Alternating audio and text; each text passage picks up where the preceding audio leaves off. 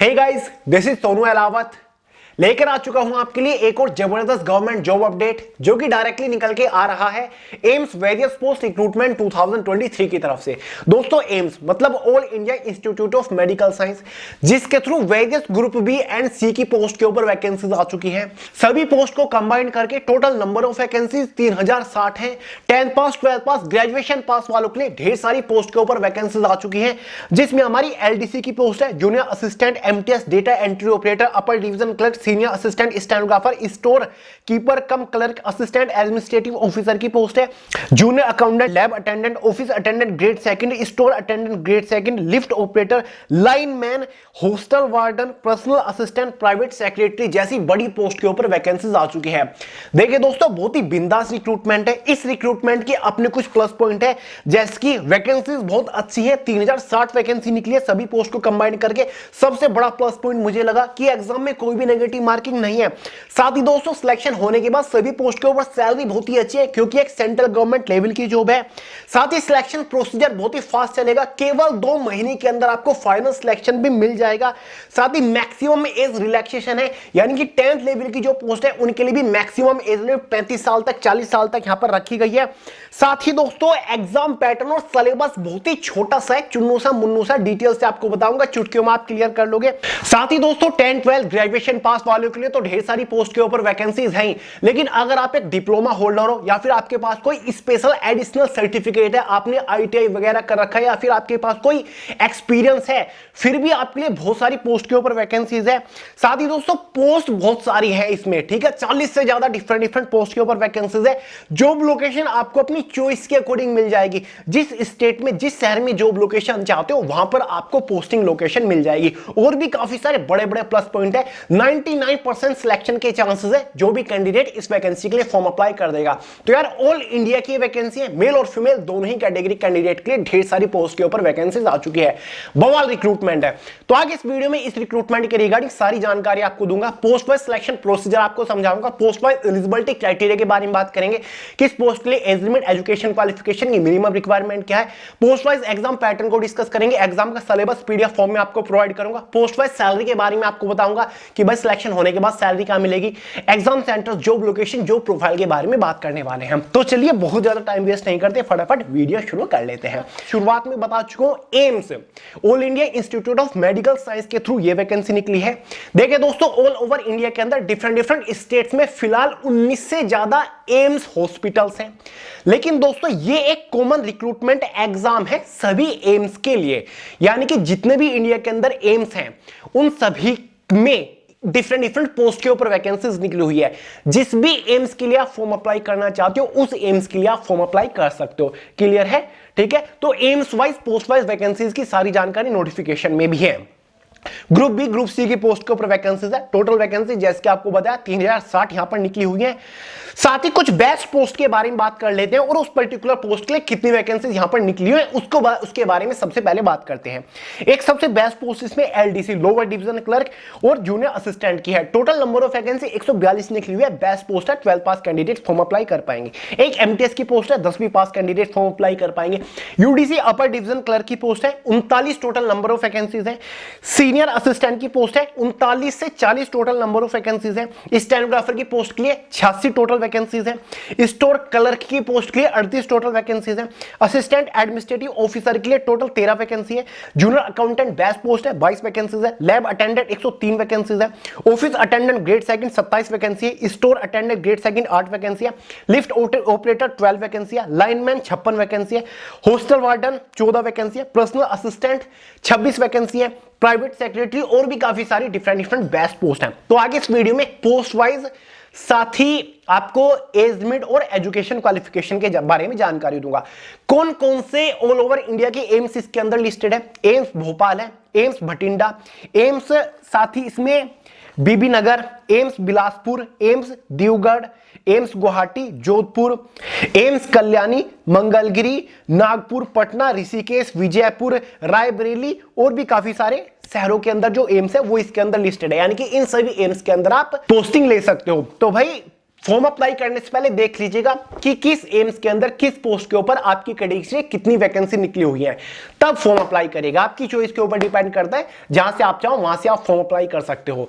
समझ गए। सबसे पहले बात करते हैं इंपॉर्टेंट डेट्स के बारे में। देखिए दोस्तों, ऑनलाइन फॉर्म 17 नवंबर 2023 से स्टार्ट हो रखे हैं। फॉर्म की लास्ट डेट 1 दिसंबर 2023 ही है, यानी कि आज से कुल मिला के फॉर्म अप्लाई करने के लिए आपके पास 10 से 11 दिन ही है। एग्जाम इसका 18 और 20 दिसंबर 2023 को कंडक्ट कराया जाएगा। सिलेक्शन प्रोसीजर बहुत ही फास्ट चलेगा। एग्जाम के लिए एडमिट कार्ड एग्जैक्टली 12 दिसंबर 2023 को जारी हो जाएगा। उसके 5 से 10 दिन बाद, एग्जाम होने के 5 से 10 दिन बाद रिजल्ट जारी कर दिया जाएगा। फिर आपका स्किल टेस्ट वगैरह हो जाएगा, यानी कि फॉर्म अप्लाई करने की डेट से 2 महीने के अंदर आपको इसमें फाइनल सिलेक्शन भी मिल जाएगा। अब यार बात कर लेते हैं पोस्ट वाइज एलिजिबिलिटी क्राइटेरिया के बारे में कि भाई किस पोस्ट के लिए एज लिमिट, एजुकेशन क्वालिफिकेशन क्या है। यहां पर सबसे पहले एलडीसी लोअर डिवीजन क्लर्क की पोस्ट है, काफी बेस्ट पोस्ट है। जनरल वालों के लिए 18 से 30 साल एज लिमिट यहां पर रखी गई है। जो आपकी एज कैलकुलेट होगी वो एज ऑन 30 अक्टूबर 2023 तक होने वाली है। ओबीसी एसटी वालों को एज में रिलैक्सेशन है। ओबीसी वालों को 3 ईयर का मिलेगा, एसटी वालों को 5 साल का एज में रिलैक्सेशन है। अब एलडीसी की पोस्ट के लिए सभी 12 पास कैंडिडेट एलिजिबल है। जूनियर असिस्टेंट या फिर जूनियर एडमिनिस्ट्रेटिव असिस्टेंट की पोस्ट के लिए भी 18 से 30 साल है। 12 पास कैंडिडेट एलिजिबल है। एमटीएस की पोस्ट के लिए भी 18 से 30 साल एज लिमिट है, 10 पास एलिजिबल है। ऑफिस अटेंडेंट की पोस्ट के लिए भी 18 से 30 साल एलिजिबल है, 10 पास कैंडिडेट फॉर्म अप्लाई कर पाएंगे। पर्सनल असिस्टेंट की पोस्ट है, 18 से 30 साल एज लिमिट है, बैचलर डिग्री पास कैंडिडेट एलिजिबल है। प्राइवेट सेक्रेटरी के लिए 18 से 30 साल एज लिमिट है, सभी डिग्री पास कैंडिडेट एलिजिबल है। लोअर डिवीजन क्लर्क की पोस्ट के लिए भी, सॉरी लोअर नहीं, यूडीसी अपर डिवीजन क्लर्क की पोस्ट के लिए 21 से 30 साल एज लिमिट है, बैचलर डिग्री पास कैंडिडेट फॉर्म अप्लाई कर पाएंगे। सीनियर एडमिनिस्ट्रेटिव असिस्टेंट की पोस्ट के लिए 21 से 30 साल एज लिमिट है, बैचलर डिग्री पास कैंडिडेट एलिजिबल है। स्टेनोग्राफर की पोस्ट के लिए 18 से 27 साल एज लिमिट है, 12 पास मांगा गया है। स्टोर कीपर कम क्लर्क की पोस्ट के लिए 18 से 30 साल एज लिमिट है, ग्रेजुएशन पास कैंडिडेट एलिजिबल है। साथ ही असिस्टेंट एडमिनिस्ट्रेटिव ऑफिसर की पोस्ट के लिए 21 से 30 साल एज लिमिट है, ग्रेजुएशन पास कैंडिडेट एलिजिबल है। डेटा एंट्री ऑपरेटर की पोस्ट के लिए 18 से 27 साल एज लिमिट है, 12 पास कैंडिडेट फॉर्म अप्लाई कर पाएंगे। तो भाई ये कुछ बेस्ट पोस्ट है जिनका एलिजिबिलिटी क्राइटेरिया मैंने आपको बता दिया है, और ये वो पोस्ट है जिनके लिए टोटल नंबर ऑफ वैकेंसीज भी काफी ठीक ठाक यहां पर रखी गई है। समझ गए। तो चलिए अब फाइनली बात करते हैं सिलेक्शन प्रोसीजर के बारे में, यानी कि जब आप इनमें से किसी भी पोस्ट के लिए फॉर्म अप्लाई कर दोगे तो फाइनल सिलेक्शन लेने तक आपको किस किस स्टेज से होकर गुजरना पड़ेगा। बेसिकली दोस्तों सभी पोस्ट का सिलेक्शन प्रोसीजर 2 ही मेजर स्टेजेस के ऊपर टिका हुआ है। स्टेज फर्स्ट में तो सभी पोस्ट के लिए एक एग्जाम कंडक्ट कराया जाएगा, और ऑलमोस्ट सभी पोस्ट के लिए एग्जाम 40 नंबर का ही होगा। 40 ही क्वेश्चन एग्जाम में आएंगे और 4 ही सब्जेक्ट से एग्जाम में क्वेश्चन पूछे जाएंगे। स्टेज सेकंड, बहुत सारी पोस्ट में स्किल टेस्ट रखा गया है, टाइपिंग टेस्ट। अब जो हमारी क्लरिकल पोस्ट है, जैसे कि एलडीसी की पोस्ट हो गई, जूनियर एडमिनिस्ट्रेटिव असिस्टेंट की पोस्ट हो गई, पर्सनल असिस्टेंट की है, यूडीसी अपर डिवीजन क्लर्क है, इन सभी पोस्ट पे आपका स्किल टेस्ट होगा, टाइपिंग टेस्ट होगा। या तो आप हिंदी की टाइपिंग कर लीजिए या फिर इंग्लिश की टाइपिंग कर लीजिए। टाइपिंग की स्पीड क्या है, टाइम ड्यूरेशन क्या रहेगी, एक्यूरेसी क्या रहेगी, सारी जानकारी मैं आपको आगे देने वाला हूं। क्लियर है। उसके बाद आपकी फाइनल कट ऑफ बन जाएगी। किसी भी पोस्ट के लिए इंटरव्यू वगैरह यहां पर नहीं रखा गया है। अगर किसी पोस्ट के लिए सेकंड स्टेज नहीं है, जैसे कि एमटीएस की छोटी पोस्ट हो गई, उनके लिए सेकंड स्टेज नहीं है, तो आपके एग्जाम के बेस पर फाइनल सिलेक्शन हो जाता है और सेकंड स्टेज में आपका डॉक्यूमेंट वेरिफिकेशन हो जाता है। अब चलिए बात करते हैं एग्जाम पैटर्न क्या कहता है। शुरुआत में बताया छोटा सा एग्जाम पैटर्न, छोटा सा एग्जाम सिलेबस है। 4 सब्जेक्ट एग्जाम में है, जिसमें से जनरल इंटेलिजेंस रीजनिंग है। केवल 10 ही क्वेश्चन एग्जाम में आएंगे रीजनिंग से, 10 ही नंबर का ये सब्जेक्ट रहेगा। दूसरा सब्जेक्ट जनरल अवेयरनेस और नॉलेज ऑफ कंप्यूटर रहेगा। बेसिक कंप्यूटर के नॉलेज से 10 क्वेश्चन आएंगे टोटल जनरल अवेयरनेस को मिला के। तीसरा सब्जेक्ट क्वांटिटेटिव एप्टीट्यूड रहेगा, 10 क्वेश्चन आने वाले हैं 10 नंबर के अंदर। चौथा सब्जेक्ट या तो इंग्लिश या फिर हिंदी लैंग्वेज एंड कॉम्प्रिहेंशन, या तो आप इंग्लिश के 10 क्वेश्चन सोल्व कर लो या फिर इंग्लिश के 10 क्वेश्चन सोल्व कर लो। ठीक है, 10 ही नंबर के अंदर रहेंगे। इसी के बेसिस पर एग्जाम में 40 क्वेश्चन 40 नंबर का ही एग्जाम रहेगा, और 45 मिनट्स के अंदर आपको क्वेश्चन पेपर सोल्व करना है। यानी कि 40 क्वेश्चन आपको 45 मिनट के अंदर सोल्व करने, मेरे हिसाब से आप इजीली कर लोगे, कोई बड़ा इशू नहीं है। एग्जाम में कोई भी नेगेटिव मार्किंग नहीं रखी गई है। एग्जाम सिलेबस भी आपको प्रोवाइड करा देता हूं, क्योंकि एम्स की वैकेंसी पहली बार नहीं निकली, पहले भी बहुत बार निकल चुकी है। तो भाई एग्जाम सिलेबस इसका detailed subject wise topic wise PDF form में मैंने way to success Telegram channel के अंदर प्रोवाइड करा दिया है। लिंक डिस्क्रिप्शन बॉक्स में, वहां से आप इजीली पूरे सिलेबस को पीडीएफ फॉर्मेट में डाउनलोड करके देख सकते हैं, समझ सकते हैं कि कौन से सब्जेक्ट के अंदर से कौन से टॉपिक और आपको मोस्टली फोकस करना है। बात रही एग्जाम सेंटर्स की, तो exam centre all over India के अंदर आपको मिल जाएंगे। आपको अपने होम स्टेट में भी एग्जाम सेंटर मिल जाएगा। जब आप इसको ऑनलाइन फॉर्म अप्लाई कर रहे होंगे, आपके पास एक ऑप्शन रहेगा जहां पर आप अपनी चॉइस के अकॉर्डिंग एग्जाम सेंटर को प्रेफरेंस दे सकते हो। क्लियर है?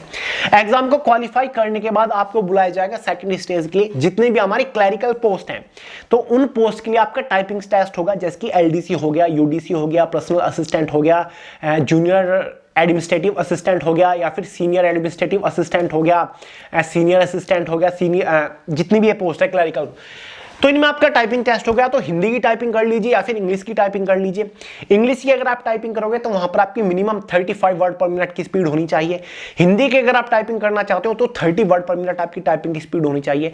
टाइपिंग टेस्ट में आपको 10 मिनट दी जाएंगे। क्लियर है? ठीक है, 10 मिनट आपको टाइपिंग टेस्ट के लिए यहाँ पर दी जाएगी। टाइपिंग टेस्ट केवल क्वालिफाइंग नेचर है, इसके लिए आपको कोई भी एक्स्ट्रा एडिशनल मार्क नहीं दिया जाएगा। टाइपिंग टेस्ट के साथ साथ आपका इसमें एक डॉक्यूमेंट वेरिफिकेशन भी हो जाएगा। बाकी कुछ थोड़ी हाई लेवल की पोस्ट है जिसमें आपका सेकंड स्टेज में एक और एग्जाम रखा गया है, लेकिन कुछ पोस्ट के लिए आपका डिस्क्रिप्टिव पेपर भी रखा गया है, लेकिन वो बेसिक सा 40 नंबर का नोटिफिकेशन में जानकारी रखी है। लेकिन जितनी मैं पोस्ट आपको बताई है इस वीडियो में, मैंने आपको 19 दी, उन पोस्ट में सेकंड स्टेज में कोई एग्जाम नहीं है। उन पोस्ट में सेकंड स्टेज में या तो स्किल टेस्ट है, अगर स्टेनोग्राफर की पोस्ट है वहां पर आपको शॉर्ट हैंड लिख के दिखानी होती है। हिंदी वालों को 80 वर्ड पर मिनट की स्पीड से, इंग्लिश वालों को भी 80 वर्ड पर मिनट की स्पीड से शॉर्ट हैंड लिख के दिखानी होती है। स्टेनोग्राफर वाले समझते होंगे क्या होती है शॉर्ट हैंड। क्लियर है? वो भी क्वालिफाइंग नेचर होता है। बस यही आपकी सारी चीजें हैं, बाकी कोई ज्यादा इंपॉर्टेंट चीजें नहीं है। अब फाइनली बात करते हैं कि भैया फाइनल सिलेक्शन किस बेसिस पर होगा। फाइनल सिलेक्शन फाइनल मेरिट के बेसिस पर होगा। ठीक है, फाइनल मेरिट आपके एग्जाम के बेसिस पर बनेगी। 40 नंबर का आपका एग्जाम है, 40 नंबर से में ही आपकी फाइनल कट ऑफ बन जाएगी। ये कट ऑफ आपकी कैटेगरी वाइज रहेगी, साथ ही आपकी एम्स वाइज भी रहने वाली है। ठीक है, जैसे कि ऋषिकेश एम्स की कट ऑफ कुछ और जाएगी ओबीसी एसटी एससी से, और किसी पोस्ट की कट ऑफ अलग अलग रहेगी। यानी कि कट ऑफ आपकी एम्स वाइज, पोस्ट वाइज और कैटेगरी वाइज रहने वाली है। जिस भी एम्स के लिए आपने फॉर्म अप्लाई किया होगा, जिस भी पोस्ट के लिए आपने फॉर्म अप्लाई किया होगा, जिस भी कैटेगरी से आप बिलोंग करते होंगे, अगर आप उस कट ऑफ में फिट बैठ रहे हो, फाइनली वहीं पर आपका सिलेक्शन होगा, वहीं पर आपकी पोस्टिंग होगी, वही पोस्ट आपको मिलेगी। अगर आप एक से ज्यादा पोस्ट के लिए एलिजिबल है तो आप एक से ज्यादा पोस्ट के लिए भी फॉर्म अप्लाई कर सकते हैं। फॉर्म आपको अलग अलग ही भरना पड़ेगा। क्लियर है? ठीक है, फॉर्म फीस भी आपको अलग अलग भरनी पड़ेगी, जो कि फॉर्म फीस काफी ज्यादा है, मैं आपको बताना भूल गया। जनरल ओबीसी कैटेगरी के लिए 3000 फॉर्म फीस रखी गई है, जो कि बिल्कुल अनरीजनेबल फॉर्म फीस है। ये हिला देने वाली फॉर्म फीस है। 3000 रुपए इन्होंने यहां पर फॉर्म फीस पता नहीं क्या सोच के रखी। एसटी एससी ईडब्ल्यूएस कैटेगरी के लिए 2400 रुपए फॉर्म फीस यहां पर रखी गई है। तो कैंडिडेट्स कैसे फॉर्म अप्लाई कर पाएंगे? और यही रीजन है जिसकी वजह से मैंने थंबनेल पर लिखा है कि 99% सिलेक्शन के चांसेस है। जो कैंडिडेट फॉर्म अप्लाई कर देगा, सिलेक्शन के बहुत ब्राइट चांसेस हैं। क्योंकि यार इस फॉर्म फीस को देखकर बहुत सारे लोग पहले ही पीछे हट गए होंगे कि भाई इतनी फॉर्म फीस हम कहां से लाए। क्योंकि जितने भी लोग गवर्नमेंट जॉब की तैयारी कर रहे हैं ना, सब लोग मिडिल क्लास फैमिली से बिलोंग करते हैं। सब फाइनेंशियली इतने स्टेबल नहीं है कि इतनी फॉर्म फीस वो पे कर सके, भर सके। तो इसी वजह से कंपटीशन कम रहने के बहुत ही ज्यादा चांसेस हैं। तो इसलिए जो कैंडिडेट फॉर्म अप्लाई कर रहा है तो सिलेक्शन के चांसेस ब्राइट है, क्योंकि एग्जाम में नेगेटिव मार्किंग भी नहीं है और सिलेबस भी इतना बड़ा नहीं है। 40 क्वेश्चन आ रहे हैं, हर एक सब्जेक्ट से 10-10 ही तो क्वेश्चन आ रहे हैं। चुटकियों में आप इसको क्लियर कर लोगे, बहुत बड़ी बात नहीं है। सिलेक्शन होने के बाद सैलरी के बारे में बताओ भैया। देखिए दोस्तों, जो हमारी छोटी पोस्ट है जैसे कि एमटीएस की पोस्ट हो गई या फिर जितनी भी लिफ्टमैन जैसी पोस्ट है, इन पोस्ट के ऊपर आपकी 32,000 के आसपास इनिशियल इन हैंड सैलरी रहेगी। थोड़ी अपर लेवल की पोस्ट लगा लीजिए, जैसे कि हमारी एलडीसी की पोस्ट हो गई, जूनियर एडमिनिस्ट्रेटिव असिस्टेंट की पोस्ट हो गई, यहां पर आपकी 34 से 36,000 के आसपास सैलरी होती है। हायर लेवल की पोस्ट स्टेनोग्राफर की पोस्ट हो गई या फिर एडमिनिस्ट्रेटिव ऑफिसर की पोस्ट हो गई, यहां पर आपकी 40,000 के आसपास इनिशियल इन हैंड सैलरी। थोड़ी और हायर लेवल की पोस्ट जैसे कि यूडीसी की पोस्ट है, सीनियर एडमिनिस्ट्रेटिव असिस्टेंट की पोस्ट है, या फिर आपकी पर्सनल असिस्टेंट की पोस्ट है, यहां पर आपकी 45,000 के आसपास इनिशियल सैलरी है। कुछ और हायर लेवल की जो पोस्ट है प्राइवेट सेक्रेटरी जैसी, यहां पर आपकी इनिशियल इन सैलरी 50,000 तक भी है, क्योंकि वो ग्रुप बी की पोस्ट है। एलडीसी जूनियर एडमिनिस्ट्रेटिव असिस्टेंट ये सभी ग्रुप सी की पोस्ट है। जो ऑफिसर लेवल की पोस्ट है वो ग्रुप बी की पोस्ट है। समझ गए? तो ये पूरा फंडा रहेगा। जो प्रोफाइल आपको जॉब के नेचर से ही पता चल गया होगा, LDC lower division clerk clerical post है। हमेशा उसी सेक्शन के अंदर रहकर आपको कंप्यूटर बेस्ड, कंप्यूटर रिलेटेड काम करना करना है। यूडीसी जूनियर एडमिनिस्ट्रेटिव असिस्टेंट भी, ये सारी की सारी क्लरिकल लेवल की पोस्ट है, तो मोस्टली आपकी क्लरिकल लेवल की पोस्ट यहां पर रखी गई है। स्टोर कीपर कम क्लर्क, ये भी एक क्लरिकल लेवल की पोस्ट है, भले ही ग्रेजुएशन पास यहां पर मांगा गया हो, लेकिन इसमें भी आपके स्किल टेस्ट में टाइपिंग टेस्ट होगा, वही 35 इंग्लिश और 30 वर्ड पर मिनट हिंदी वालों को। समझ गए? तो पोस्ट के टाइटल से आप समझ गए होंगे कि यहां पर आपको काम क्या करना पड़ेगा। जॉब लोकेशन आपको बता चुका हूं, आपकी चॉइस के बेसिस पर आपको जॉब लोकेशन मिलेगी। जिस भी एम से आप फॉर्म अप्लाई करोगे फाइनली उसी एम में आपकी पोस्टिंग रहेगी। मान के चलिए बिलोंग तो आप करते हो उत्तराखंड से, तो आप ऋषिकेश एम से फॉर्म अप्लाई ना करके फॉर्म अप्लाई करने जा रहे हो एम्स भोपाल से, तो फाइनल पोस्टिंग आपकी हमेशा एम्स भोपाल के अंदर ही रहेगी। तो सोच समझ के फॉर्म अप्लाई करिएगा। अगर आप कंफर्टेबल नहीं हो दूसरे स्टेट में जाके जॉब करना, तो अपने ही स्टेट के एम्स से फॉर्म अप्लाई कर दीजिएगा, क्योंकि काफी सारे डिफरेंट एम्स के अंदर पोस्ट निकली हुई है। ये एक कॉमन रिक्रूटमेंट एग्जाम है एम्स के लिए। तो चलिए दोस्तों, बाकी अगर आपका कोई डाउट हो कमेंट करके पूछ लीजिएगा। बाकी इंस्टाग्राम के ऊपर भी आपको सोनू एलाफ्ट के नाम से मिल जाऊंगा, लिंक डिस्क्रिप्शन बॉक्स में है। और हां दोस्तों, जाने से पहले आपको बता दूं, वे टू सक्सेस की लास्ट 12 मंथ की करंट अफेयर की ओवरडोज मैगजीन्स के ऊपर हमने हैवी डिस्काउंट अवेलेबल करा दिया है। इन ओवरडोज मैगजीन के थ्रू आप पूरे साल का करंट अफेयर एक साथ अच्छे से कवर कर सकते हो। लिंक डिस्क्रिप्शन बॉक्स में फ्लिपकार्ट अमेजोन के ऊपर भी अवेलेबल है, चेकआउट जरूर कर लीजिएगा एक बार डिस्क्रिप्शन बॉक्स को। तो चलिए दोस्तों, आज के इस वीडियो में इतना ही था। वीडियो पसंद आई हो लाइक करेगा, कमेंट करके जरूर बताइएगा कौन कौन कैंडिडेट इस रिक्रूटमेंट के लिए फॉर्म अप्लाई करने जा रहा है या फिर नहीं। अगर नहीं कर रहे हो तो क्यों नहीं कर रहे हो, रीजन भी बताइएगा। वीडियो पसंद आई हो लाइक करिएगा, दोस्तों का शेयर करिएगा, चैनल को सब्सक्राइब करना मत भूलिएगा। मिलते हैं अगली वीडियो में बहुत ही जल्द, तब तक के लिए जय हिंद।